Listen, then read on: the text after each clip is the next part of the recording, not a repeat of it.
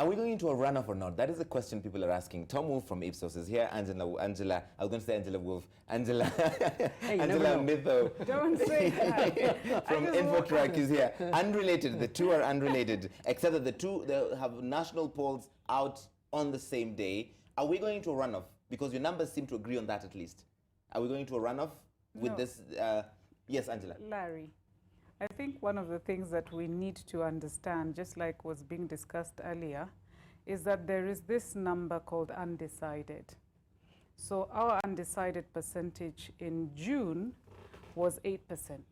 It's gone down by 2% to 6%. Right. Please understand that these people who have been, included in the poll as respondents qualify simply because they say they intend to vote on August 8th.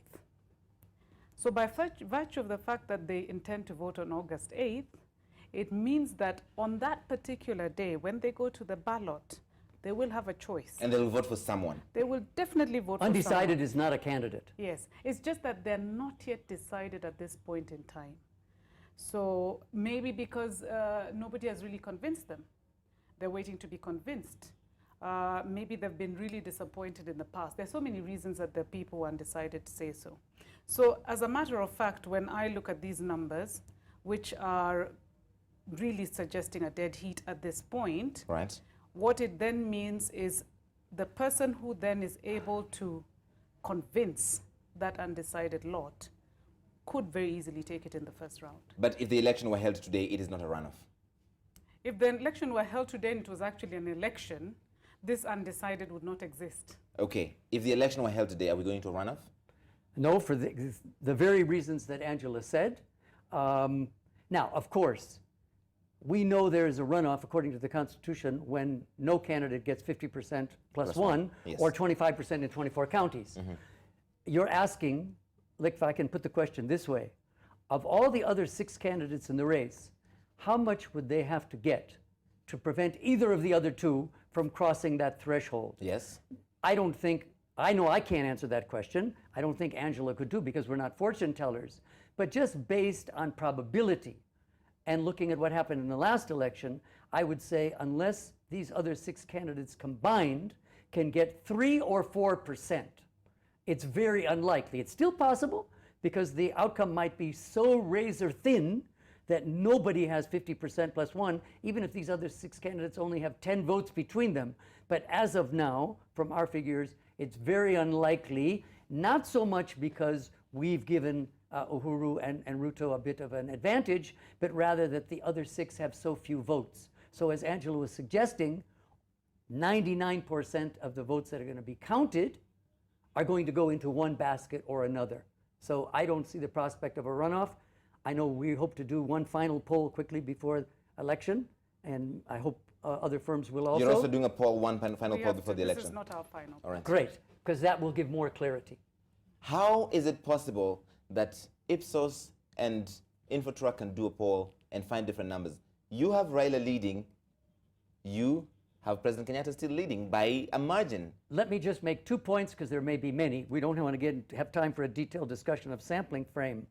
But first of all, I see Infotrak did their interviews between the 16th and the 22nd, yesterday.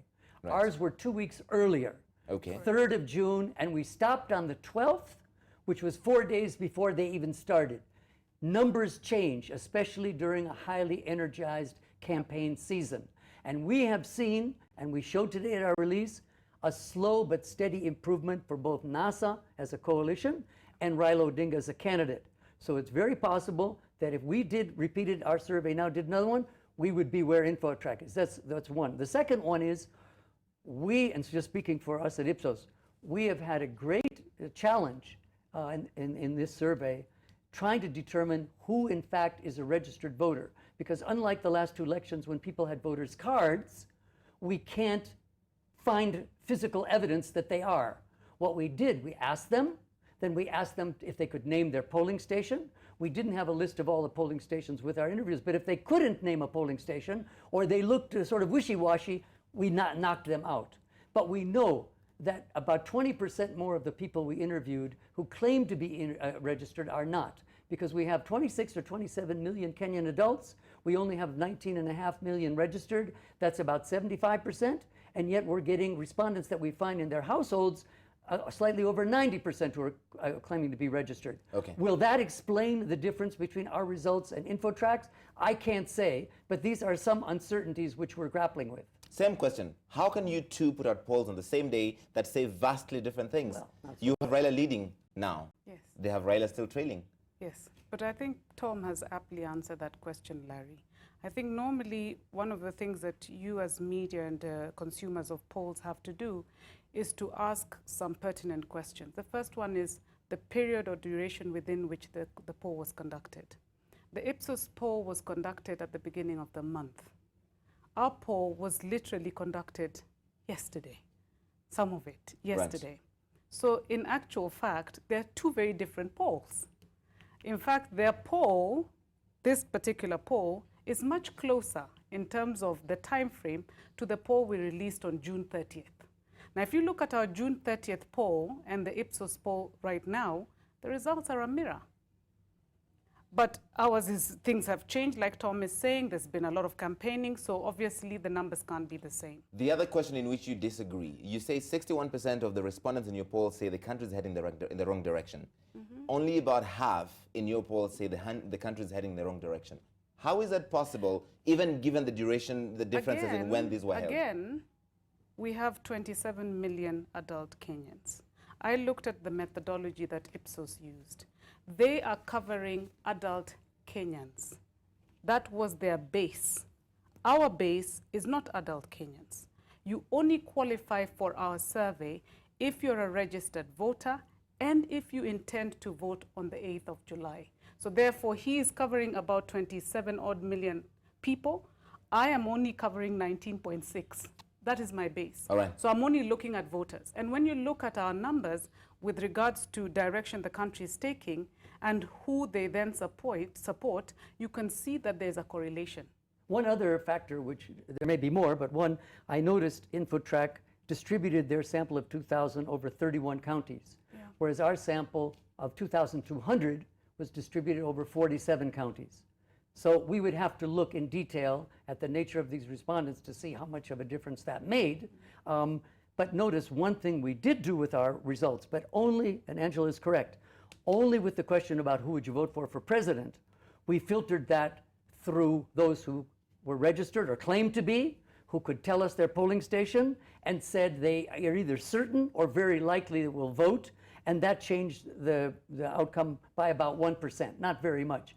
And that's within the margin of error. And because Angela is such a stickler for statistics, I thought she would also mention that if you use the 2% slight a little bit as a margin of error for our numbers, there's a place where they're going to meet almost in the middle. All right. Because those margins are there. And I think, unfortunately, unlike some developed countries where there are 20 or 30 firms, and even if the surveys are taken more or less at the same time, they can bring them all together and give an average. We're dealing in a different situation here where, unfortunately, there are only 2 or 3 of us, but it's still good to take an average if you want to know what the reality is out there. Okay. Also, the question, your question was, generally, do you think the country is headed in the right direction? Correct. Not right or wrong direction. Does that change the kind of answers you get? I don't know. I would ask you that question. Because then somebody has to say, I'm being asked if the country is heading in the right direction. So if it's heading in the wrong direction, I have to volunteer that option. You just say no. You just say no. You just say no, or you say you don't know. Well, the way to find out, as I say, we use the Afrobarometer question, which gives people both options. We do actually record those, and it was about, and I can tell you, some people said neither right or wrong, which was 9%, right. But that comes from them spontaneously. But we give them both options. But in order to test this, you really have to do an experiment. You have to take, let's say, 1,000 people who have the same demographics, ask them the question one way, take another 1,000, ask them the other way, just like the way medical researchers do when they're testing a new medicine. We're flogging a dead horse. If the numbers are actually correlating, the people who support Uhuru, naturally, if you look at our statistics, tend to feel that the country is going in the right direction. So if you look at the numbers for those who say that the country is going in the right direction and those who support Uhuru, it's a mirror. Thank God, because people have been asking that question, you included. Right. Why is there that discordance? Yes. If we also look on the flip side, on the people who say the country is going in the wrong direction, and those then who also say that they support Raila, there is also a correlation. So I tend to think that, for me, I don't have a problem, one, with the question, and the understanding of the respondent of that question. All right. Yeah. This week, and I think the week before on the internet, there's been this thing doing the rounds that you allegedly paid $1.2 million by some people in NASA to fake polls. What is the truth? And she only gave me $500,000 of it. Angela, you're very stingy. Be careful what you say on TV. I can't stoop to the level of actually responding to propaganda. That would be beneath my stature. The reason why this comes up is because polls have come in for question again, in this election especially. Miguna, for instance, told us last week that the opinion pollsters in this country don't have credibility. Excuse me, They're Mr. not Miguna, objective. how can you say that? Both Infotrak and Stedman Sinovate got the 2005 and 2010 referenda spot on. In fact, they were 2 or 3% closer than we were. There were no allegations of any rigging or malpractice in either of those referenda. There was no controversy. And I think both of us can defend the results that we gave before the 2007 and 2013 election. So if you have polling firms, 20 or 30 in the last US election, who got it wrong, not because of the overall totals, because they were right with Hillary Clinton getting 3 more million votes, right, but not fine-tuning for the 50 states, does that mean the polls were perfect? No, they weren't. But it doesn't mean you throw the whole industry out because there was a slight variation, because some Trump people were unwilling to answer the pollsters' questions, because Trump had been canuturing them. So yes, I mean, nobody's claiming perfection, but really to make an accusation like that without pinpointing, looking at the data and saying, this is where you went wrong. We know, for example, that 30% of Kenyans are unemployed, and in your demographics you only captured 5%. Anybody who's going to challenge the credibility or reliability of our data have to come with some alternative, objective realities on a basis of which to challenge us. Simple as that. Pollsters are not objective, he says? Well, he's not objective either, because he's an interested party. Who's polling very poorly. Who's polling very poorly. So for that reason, you can't expect him to actually validate results of pollsters when tomorrow we're going to be releasing polls, whether it be myself or Tom or Tifa or whoever else, showing that he's doing very poorly in Nairobi. So I don't blame Miguna for the way he reacts to pollsters. I probably, if I was in his shoes, I hopefully wouldn't react the very same way, but maybe you would, Larry. I'm a lady. We have to leave it there. Thank you both for coming in. We appreciate your time. Angela Ambitho and Tom Wolf. Wow, we are going to, when is your last poll coming out? Well, we, as MSRA members, we have a 7-day window to respect, embargo. So you'll not release a poll 7 days to the election? Yes. And August 1st would be the last deadline. August 1st is the deadline. So it will be, both of you, before August 1st. Yes. Excellent. Thank you so much for coming in. We appreciate your time. Thank you. Asante sana.